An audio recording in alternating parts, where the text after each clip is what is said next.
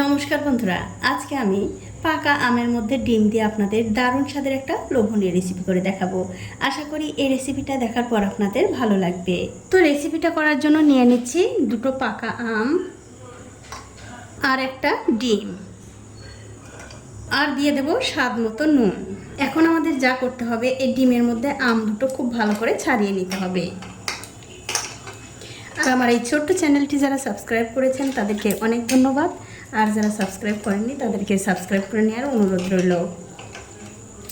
তো এই দেখুন, ডিমের মধ্যে আম দুটো কিন্তু আমি খুব ভালো করে ছাড়িয়ে নিয়েছি। এখানে আমি দুটো আম দিয়ে করছি, আপনারা চাইলে কিন্তু একটা আম দিয়েও করতে পারেন, কোনো অসুবিধা নেই।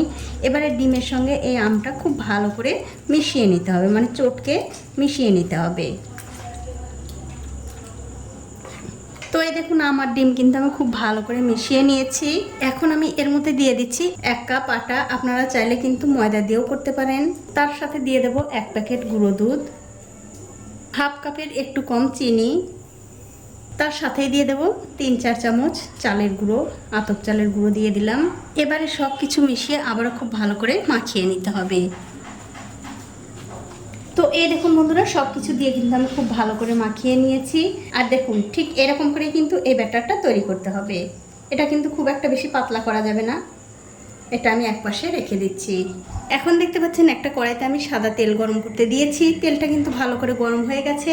এবারে গ্যাসের ফ্লেমটা মিডিয়ামে রেখে ওই যে আমি ব্যাটারটা তৈরি করলাম সেখান থেকে অল্প অল্প করে নিয়ে ঠিক তেলের মধ্যে এরকম করে দিয়ে দিতে হবে।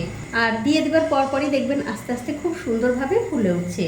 খুব একটা বেশি বড় বড় করেও দেওয়ার দরকার নেই, একটু ছোট ছোট করে দিলেও হবে। আপনাদের যেমন খুশি তেমন দিয়ে নেবেন, কোনো অসুবিধা নেই। আর এখন কিন্তু গ্যাসের ফ্লেমটা অবশ্যই লো টু মিডিয়ামে রাখতে হবে। দেখুন, এক এক করে কিন্তু আমি অনেকগুলো দিয়ে দিলাম, এর চেয়ে আর বেশি দেওয়ার দরকার নেই। এখন আমি কিছুক্ষণ অপেক্ষা করব এই আম তেলের পিঠাগুলো একটু একদিকটা হওয়ার জন্য। দেখুন, এই আমের বড়াগুলো কিন্তু তেলের মধ্যে কত সুন্দরভাবে ফুলে উঠেছে। এখন আমি উল্টে দিচ্ছি অন্য দিকটা হওয়ার জন্য। আপনারা কিন্তু বাড়িতে একদিন হলেও এভাবে আমের বড়া খেয়ে আমাকে কমেন্ট করে জানাতে ভুলবেন না আপনাদের কেমন লাগলো। তো দেখুন বন্ধুরা, এক এক করে কিন্তু আমি সবগুলো আমের বড়াই উল্টে দিলাম। এইভাবে উল্টে পাল্টে এই বড়াগুলো আরও একটু ভালো করে লাল লাল করে ভেজে নেব। তো এই দেখুন বন্ধুরা, গ্যাসের ফ্লেমটা মিডিয়ামে রেখে কিন্তু এই আমের বড়াগুলো আমি উল্টে পাল্টে খুব ভালো করে ভেজে নিয়েছি। দেখতেই পাচ্ছেন কত সুন্দর একদম বলের মতো ফুলে উঠেছে।